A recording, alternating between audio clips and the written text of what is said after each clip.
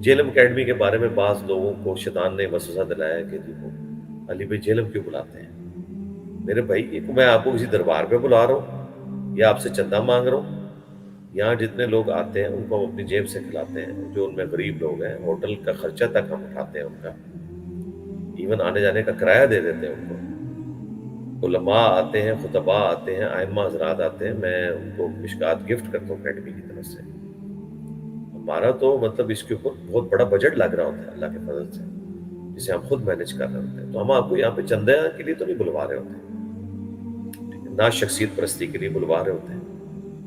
سینکڑوں کا مجمع ہوتا ہے، 12-13 سال ہو گئے مجھے ایڈریس کرتے ہوئے، کبھی آپ ویڈیو میں دیکھیں ریکارڈنگ ریئل ٹائم ریکارڈ ہو رہی ہوتی ہے، کبھی کوئی میرے استقبال میں کھڑا ہوا ہے؟ Not at all. میں نہ اپنی عزت کے لیے بلوا رہا ہوتا ہوں، میں نے اس میں سے نکالنا کیا ہے؟ میں اس سسٹم کا بینیفیشری نہیں ہوں میرے بھائی، نہ میں پبلک گیدرنگز میں جاتا ہوں، نہ میں انٹرنیشنل ٹور کرتا ہوں۔ لوگ منتیں مارتے ہیں ملنے کے لیے، میں زیادہ سے کسی کو ملتا نہیں ہوں اتوار کے علاوہ، ٹھیک ہے جی؟ کسی کے ساتھ میں نے پرسنل تعلقات نہیں رکھے ہوئے ہوتے، ٹھیک ہے؟ لوگوں کی تو بڑی خواہش ہوتی ہے، تو میں تو بڑی درویشی کی، قسم پرسی کی اور بڑی ایک اجنبی زندگی، بالکل دنیا سے الگ تھلگ گوشہ نشینی کی زندگی گزار رہا ہوں۔ مجھے دنیا کی کسی چیز کے ساتھ کوئی غرض نہیں ہوتا۔ آپ کو بلانے کا مقصد یہ ہوتا ہے کہ آپ ایک دفعہ یہاں سے اکیڈمی سے ہو کے اس کی روحانیت کو سمیٹ کے جائیں، تاکہ آپ کو پتہ چلے کہ پوری زندگی جن علماء، جن بابوں، جن پیروں، جن مزاروں، جو اتنے اتنے بڑے بزرگ ہیں، ان کے لیے آپ ذلیل ہوتے رہے، ان کے لیے آپ نے سفر اختیار کیے، اور ادھر سے سوائے شرک کے اور بزرگوں کی پرستش کے آپ کو کچھ نہیں ملا، تو ایک دفعہ اللہ کے دربار پہ بھی آئیں نا، جو اللہ کی خانقاہ ہے، جہاں پہ توحید سکھائی جا رہی ہے، جو دار ارقم ہے، جو جس کی بنیاد تقوی کے اوپر رکھی گئی ہے، جو رسول اللہ کے ساتھ آپ کو جوڑتا ہے صلی اللہ علیہ وآلہ وسلم، جہاں سے اہل البیت کا دفاع ہو رہا ہے، صحابہ کرام کی قربانیوں کو لوگوں کے سامنے پیش کیا جا رہا ہے، اور سب سے بڑھ کر عقیدہ توحید جو قرآن کی جڑ ہے، اسلام کی جڑ ہے، اسلام کی روح ہے، اس طرح کی توحید تو کسی فرقے نے کبھی بیان کی تھی؟ جائیں 1000 سال میں کوئی بندہ دکھائیں کسی بھی فرقے کا جس نے توحید کو اس طریقے سے بیان کیا۔ میں تو یہ بات کرتا ہوں تکبر کے طور پہ نہیں، کہ قیامت تک ٹائم ہے، جو ڈیفیکلٹ ٹاپکس میں نے ایڈریس کیے ہیں اللہ کے فضل سے، ان ٹاپکس کو کوئی سن کے نہ اسی طریقے سے ریکارڈنگ کروا کے بتا دیں جو میں فی البدی گفتگو کرتا ہوں۔ یہ کہتے ہیں نا پلانٹیڈ ہے، فلاں کی تحقیق لے کے چل رہا ہے، فلاں کی تحقیق لے کے آ رہا ہے۔ میری کوئی ایک ویڈیو دکھائیں جس میں اس طرح کی تحقیق کسی ایک عالم نے کی ہوئی ہو، کوئی بک کی شکل میں کی ہوئی ہو۔ اچھا یہ باتیں میں تکبر کے لیے نہیں بول رہا، میں صرف اپنی کلیریفیکیشن دے رہا ہوں کہ ایسا نہیں ہے میرے بھائی، ورنہ دنیا میں بہت تبدیلی پہلے آ چکی ہوتی، بڑی محنت کی ہے میں نے اس کام میں۔ آج اگر عمران خان صاحب کہتے ہیں نا میں کرکٹ کو آپ سے بہتر سمجھتا ہوں، تو وہ یہ ان کا تکبرانہ جملہ نہیں ہے، وہ جسٹیفائی ہے یہ بات کرنے میں۔ شعیب اختر اگر کرکٹ کے اوپر بات کرتا ہے تو وہ جسٹیفائی ہے، ٹنڈولکر اگر بات کرتا ہے تو جسٹیفائی ہے، مصباح الحق اگر بات کرتے ہیں تو جسٹیفائی ہے، انہوں نے محنت کی ہے، میں نے بھی اس کام میں محنت کی ہے، تو مجھے حق پہنچتا ہے، جبکہ میں اس کا بینیفیشری بھی نہیں ہوں، یعنی میں نے کسی چیز سے پیسے تو نہیں مانگے۔ یہ جو لوگ کہتے ہیں جی وہ علی بھائی کے بعد کیا بنے گا، علی بھائی کے بعد کیا بننا ہے میرے بھائی، یہ ان کو فکر ہوتی ہے جنہوں نے لوگوں کو بابوں سے، مزاروں سے، مدرسوں سے جوڑا ہوتا ہے۔ جو شخص آپ کو کتابوں کے ساتھ جوڑ کے جا رہا ہے، تو جس دن کتابیں مریں گی نا اس دن علی بھائی کی دعوت مرے گی، اور کتابیں انشاءاللہ قیامت تک نہیں مرنی، آج تک تو نہیں نہ مری، قرآن تو نہیں مرا نا، بخاری مسلم تو نہیں مری نا، تو علی بھائی نے جو دعوت حق بلند کی ہے یہ کیسے مر سکتی ہے؟ اس نے اپنے آپ سے تو جوڑا ہی نہیں، آپ کو ڈائریکٹ کہا کہ یہ بخاری پڑھو 2812، تم مسلم پڑھو 240، ٹھیک ہے؟ تو جو کتابوں سے جوڑ رہے ہیں اسے تو خطرہ ہی نہیں۔ تو یہ جو لوگوں کو ٹینشن پڑی ہے جی یوٹیوب چینل کا کیا بننا ہے میرے بھائی، یوٹیوب کا ایک چینل ہے میرے بھائی، وہ ڈاکٹر اسرار صاحب کا بیچاروں کا ایک چینل تھا نا، ہمارے تو اس ٹائم 25,000 کے قریب چینلز ہو چکے ہیں اسٹوڈنٹس کے، چھوٹے چھوٹے ملائے تو بڑے چینل درجنوں میں ہیں، جو میں جانتا بھی نہیں ہوں کن کن لوگوں نے بنائے ہوئے، ویڈیوز سب کے پاس موجود ہے، ٹھیک ہے؟ میری زندگی یا میرے اس چینل کے بھی رہنے یا رہنے سے اس کا کوئی تعلق نہیں ہے۔ دنیا کے 5 میجر سٹیز کے اندر ہم نے اس کی ہارڈ ڈسک کے اندر ساری چیزیں رکھی ہوئی ہیں، آرکائیو کے اوپر رکھی ہوئی ہیں، لہذا آپ ان چیزوں کو چھوڑیں۔ میں نے اکثر آپ لوگوں کو بتایا نا کہ بنو امیہ کی چالیں جہاں سے ختم ہوتی ہیں وہاں سے اللہ کے فضل سے ہماری عقل سٹارٹ ہوتی ہے۔ آپ کے وہم و گمان میں بھی نہیں ہے کہ یہ دعوت کا کام کس سمجھداری اور عقل مندی کے ساتھ، اللہ کی تائید کے ساتھ، آپ لوگوں کی دعاؤں کے ساتھ اور اللہ تعالیٰ کی خاص رحمت کے ساتھ چل رہا ہے۔ جس دعوت کا آغاز لا حول ولا قوت الا باللہ سے ہو، اسم اعظم سے، اللہ کو سپرد کر کے اپنے سارے معاملات کو، وہاں کون کیا رکھنا ڈال سکتا ہے؟ آپ بے فکر رہیں۔ اسلام کی نشت ثانیہ کا آغاز ہو چکا ہے، یہ سب امام مہدی کی فوج تیار ہو رہی ہے، آپ کو اندازہ بھی نہیں ہے کہ یہ معاملات کہاں تک جا رہے ہیں انشاءاللہ۔ یہ تو جب امام محمد مہدی آئیں گے نا، ان کے ساتھی جب یہ ویڈیوز دیکھیں گے اور ان تک یہ بات پہنچے گی، یہ بیچ کس بندے نے آگے بویا تھا، ٹھیک ہے، یہ ساری گراؤنڈز تیار ہو۔ ہم سے زیادہ لوگوں کے پاس مال و دولت تھا، ریسورسز تھے، مدرسے تھے، علماء تھے، آج ایڑیاں رگڑ رہے ہیں اس ایک پلیٹ فارم کی دعوت کے اوپر، نیگیٹو تعارف کرواتے ہیں لوگوں کو۔ دنیا میں کوئی پلیٹ فارم ایسا ہے کہ جس کے خلاف سارے مولوی کلپ بناتے ہوں، ان کی کٹر پبلک کلپ بناتی ہو، اور سب سے بڑھ کر بے دینیت پہ اتر آئے کہ اس شخص کی ویڈیوز کو آؤٹ آف کانٹیکسٹ کاٹ کے اپنا لقمہ اس کے منہ میں ڈال کے اپلوڈ کرتی ہو، اور جس کو بھیجے وہ شخص صدیوں کے اپنے آباء و اجداد کے فرقوں کو چھوڑے، اپنے ماں باپ کی گالیاں کھائے اور اسی کے ساتھ اٹیچ ہو جائے جس کے خلاف بدنامی کی تھی۔ یار اس سے بڑا پلانٹ ارتھ پہ آپ نے کوئی کرامت والا معاملہ دیکھا ہے؟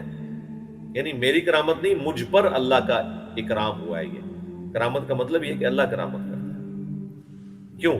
سچائی کی بات بلند کی ہے اللہ کے فضل سے۔ تو اس کا میری زندگی ہے، زندگی کے نہ ہونے سے ایک بھائی آ کے کہہ رہے تھے جی علی بھائی کو اپنا جو ہے نائب تیار کریں، خدا کے لیے یار۔ یہ سیم بات المستدرک للحاکم میں اور مسند ابی جعلہ میں، سنن سعید کبریٰ میں آتا ہے، مولا علی سے کسی نے کہا کہ آپ اپنا کسی کو نائب نامزد کر دیں اپنے پاس۔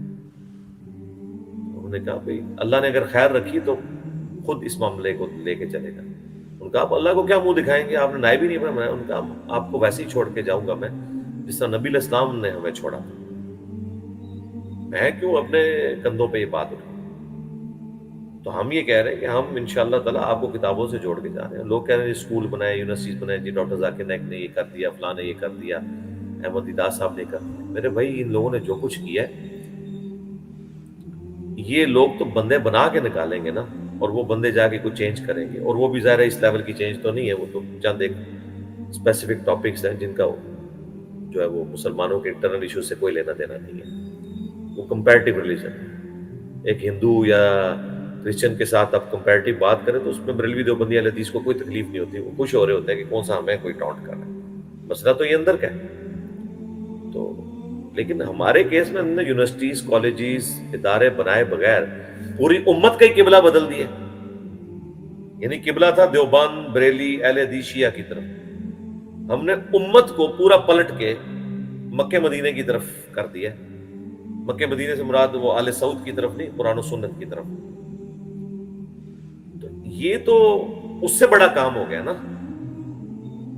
یعنی جو اینڈ رزلٹ تھا وہ آپ کے سامنے آ گیا۔ اینڈ رزلٹ کیا تھا کہ امت چینج ہو جائے، گراس روٹ لیول تک بات پہنچے۔ تو جائیں جناب، آج آپ ریڈی بان کو دیکھیں، آپ کسی چوکیدار کو دیکھیں، آپ کسی فوجی کو دیکھیں، آپ کسی جج کو دیکھیں، آپ کسی ٹیچر کو دیکھیں، کسی اسٹوڈنٹ کو دیکھیں، کسی بوڑھے کو، ریٹائرڈ کو، حاضر ڈیوٹی کو، ان پڑھ کو، جاہل کو، سب دین کے اتنے مشکل معاملات اس طرح ڈسکس کر رہے ہیں کہ علماء جو ہے نا ان کے سامنے ہاتھ جوڑ رہے ہیں۔ یہاں بھائی آئے نہیں تھے، نذیر بھائی، ان کا پورا انٹرویو ریکارڈ ہوا ہے، سبزی کی دکان ہے کراچی میں ان کی، اور پروفیسرز تک ان کے شاگرد ہیں، ان پڑھ بندہ ہے۔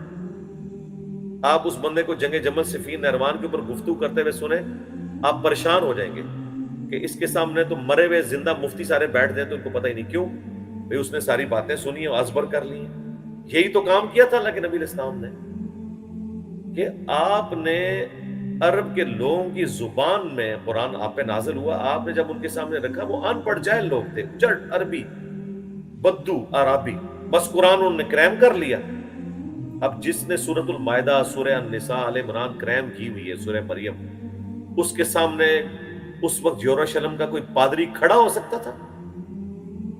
وہ جناب ایسے علمی دلائل میں ان کو چاروں شانے چت کر کے رکھ دیتے تھے۔ انہوں نے ساری پھکیاں قرآن کی زبانی یاد کی ہوئی تھی۔ دیکھ کے پڑھ کے نہیں، سن سن کے یاد کی ہوئی تھی اپنی زبان کے اندر۔ ہمارے یہاں پہ اسٹوڈنٹ اسی طریقے سے، انہوں نے میری ویڈیوز اتنی دفعہ سنی، انہوں نے احادیث کے نمبر تک یاد کیے ہیں۔ جب جاتے ہیں، ایک اور آپ لوگوں نے کلپ اپلوڈ کیا تھا، بلال بھائی نہیں، انڈیا سے ایک بھائی تھے جو بریلویوں کے، جو بندیوں کے مدرسوں میں گئے ہیں، وہ کہتے ہیں یار یہ تو وہاں پہ درجنوں علماء نے ان کو گھیر لیا، کسی ایک بات کا ان کو جواب دیا ہے۔ تو کہنے لگے کہ یہ کس طرح علماء کہتے ہیں کہ جی علی بھائی سے بیٹھ سکتے ہیں؟ یہ میرے بھائی میرے ساتھ بیٹھنے کے لیے نہیں کرتے، یہ فیم حاصل کرنے کے لیے کہتے ہیں۔ تو یہ تو ان کو فیم ہم نہیں دے سکتے، ہم نے تو نہیں ان کے ساتھ بیٹھنا، ضرورت ہی نہیں ہے۔ اسی وجہ سے میری ایک ویڈیو پچھلے دنوں ریکارڈ ہوئی تھی، انجینئر ڈاکٹرن ورسز غامدی ڈاکٹرن۔ ہم نے ڈاکٹرن ایسی کھڑی کی ہے کہ اس کے بعد ان کو منہ چھپانے کی جگہ نہیں ہے، اللہ کی طرف سے الحمدللہ۔ اس طریقے سے آج تک باطل نظریات کو کبھی کسی نے چیلنج نہیں کیا تھا۔ یہی وجہ ہے کہ یہ ہمارے آباء و اجداد اسی طریقے سے دنیا سے زندگی گزار کے چلے گئے۔ آج جب ہم بات کرتے ہیں، لوگ کہتے ہیں پرانے بزرگ پاگل تھے، تو میرے بھائی جب پرانے بزرگوں نے نہ قرآن پڑھا، نہ حدیث پڑھی، نہ آپ نے قرآن پڑھا نہ حدیث پڑھی، جو بندہ آپ کو قرآن حدیث بتا رہا ہے، تو بجائے اس کے شکر گزار ہونے کے آپ یہ کہہ رہے ہو کہ پرانے پاگل تھے، تو مان لو پاگل ہی تھے۔ بزرگوں کو بچانے کا طریقہ یہ کہ انہیں پاگل ڈکلیئر کرو، کیونکہ پاگلوں سے شریعت کا قلم اٹھاؤ۔ آج کل ایک ورژن یہ بھی آیا کہ وہ بزرگ جو ہے نا جی، وہ اس کو ذہنی توازن ان کا ٹھیک نہیں تھا، تو پاگل کون ہے؟ بزرگ کیوں کہتے ہو؟ بزرگ پھر کہاں سے ہوئے؟ پاگل ہوئے نا۔ تو یہ ان کے اوپر مجنون کہیں نا، انہیں شتی ہاتھ کہہ کے تو نہ سہارا لے۔ تو اللہ کا شکر ہے پہلی دفعہ ان کے اوپر ہاتھ ابھی ڈلا ہے، اور ہاتھ جو ڈلنا تھا ہو گیا۔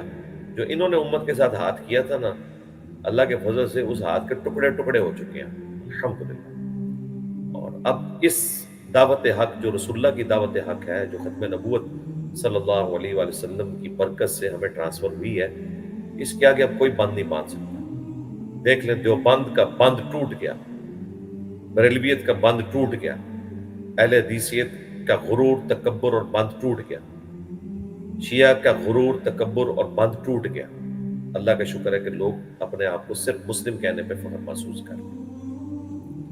میری ان باتوں کا قطعاً کوئی یہ مقصد نہ سمجھے کہ میں بریلوی، دیوبندی، اہل حدیث، شیعہ کو کافر سمجھتا ہوں۔ البتہ یہ لوگ آپس میں مجھ سے کافر سمجھتے ہیں، میں ان سب کو مسلمان سمجھتا ہوں، ان کے پیچھے نمازیں پڑھتا ہوں۔ ہمارے اسٹوڈنٹس نے کبھی کوئی مسجد نہیں بنائی، کوئی چندہ بک نہیں بنائی، کوئی علیحدہ سے کوئی عمارت نہیں کھڑی کی، انہی کے پیچھے نمازیں پڑھتے ہیں، ان کو چندے دیتے ہیں۔ لہٰذا کوئی ہمیں فرقہ بھی نہ کہے۔ فرقہ وہ ہوتا ہے جس کی مسجد الگ ہوتی ہے، چندہ بک الگ ہوتی ہے، اور سب سے بڑھ کے وہ یہ کہتا ہے کہ فلاں کے پیچھے نماز نہیں ہوتی۔ بالکل ہم اس کے الٹ بات کر رہے ہیں اللہ کے فضل سے۔ یہ سب سے بڑا ثبوت ہے کہ یہ فرقہ نہیں ہے۔ فرقہ ہوتا تو المہند لکھ کے نا اس طرح کی ایک کتاب آپ کو تھمائی ہوتی، کوئی اسام الارمین لکھ کے تھمائی ہوتی، جس میں باقیوں کو کافر ڈکلیئر کیا ہوتا۔ ایسا تو نہیں ہے۔ اللہ کا شکر ہے ہم نے سب کو مسلمان ڈکلیئر کیا۔ ہم سے پہلے اس پلانٹ ارتھ پہ کون سا ڈومیننٹ پرسنالٹی ہے جس نے یہ بات کی ہے کہ سارے فرقے مسلمان ہیں، ان کے پیچھے نمازیں پڑھو، ان کو چندے دو، ان کی مسجدوں میں جاؤ، الگ مسجد نہ بناؤ؟ کون ہے بندہ؟ تو پھر تف ہے کہ آپ کے یہ سارے فرقے صدیوں میں ایک شخص نہیں ایسا پیدا کر سکے جو امت کو قرآن و سنت کے ساتھ جوڑتا اور فرقہ واریت کا خاتمہ کرتا۔ ہوئے ایسے لوگ پیدا، ہوئے ہوں گے، میں یہ نہیں کہتا کہ نہیں ہوئے ہوں گے، لیکن ان کو حالات و واقعات نہیں ملے۔ انہیں یوٹیوب حفظہ اللہ، فیس بک دامت برکاتہم عالیہ، اور واٹس ایپ مدہ ذلہ نہیں ملے تھے۔ اس لیے ایسے لوگوں کو یہ لوگ قتل کروا دیتے تھے، وہ اپنے علاقوں میں ہی مر جاتے تھے، ان کی دعوت کبھی ان کے علاقے اور گاؤں سے باہر نہیں نکلتی تھی، ان کا کوئی پرسان حال نہیں ہوتا تھا۔ ابو ذر غفاری دیکھیں نا، گمنامی کی زندگی میں مر گئے، ٹھیک ہے؟ یہ لوگ یہ سلوک کرتے تھے۔ یہ آج جو یہ دعوت پھیلی ہے، یہ اللہ تعالیٰ نے فیصلہ کیا ہے اسلام کی نشت ثانی انشاءاللہ۔ تو سب لوگ اس دعوت کے ساتھ شامل ہوں، اس دعوت کو آگے پہنچائیں۔ یہ دعوت نہ میری محتاج ہے نہ آپ کی محتاج ہے۔ اللہ کو اپنی اس دعوت حق کو پھیلانے کے لیے سپاہیوں کی، مجاہدین کی ضرورت ہے۔ یہ ہماری خوش نصیبی ہے کہ ہمارا نام ان مجاہدین میں آ جائے۔ اللہ تعالیٰ کسی چیز کا کوئی محتاج نہیں ہے، یہ ذہن میں رکھیے۔ ہماری خوش نصیبی ہے کہ وہ ہمیں چن لے انشاءاللہ تعالیٰ۔ اللہ تعالیٰ سے دعا ہے جو حق بات میں نے کہی اللہ تعالیٰ ہمارے دلوں میں راسخ فرمائے۔ اگر جذبات میں میرے منہ سے کوئی غلط بات نکل گئی، ہمارے دلوں سے دھو ڈالے، ہمیں کتاب و سنت کی تعلیمات پر عمل کر کے دوسرے بھائیوں تک پہنچانے کی توفیق عطا فرمائے۔ ہمارے محبوب صلی اللہ علیہ وآلہ وسلم نے جو جو دعائیں اللہ سے مانگی وہ ہم تمام مسلمانوں کے حق میں قبول منظور فرمائے۔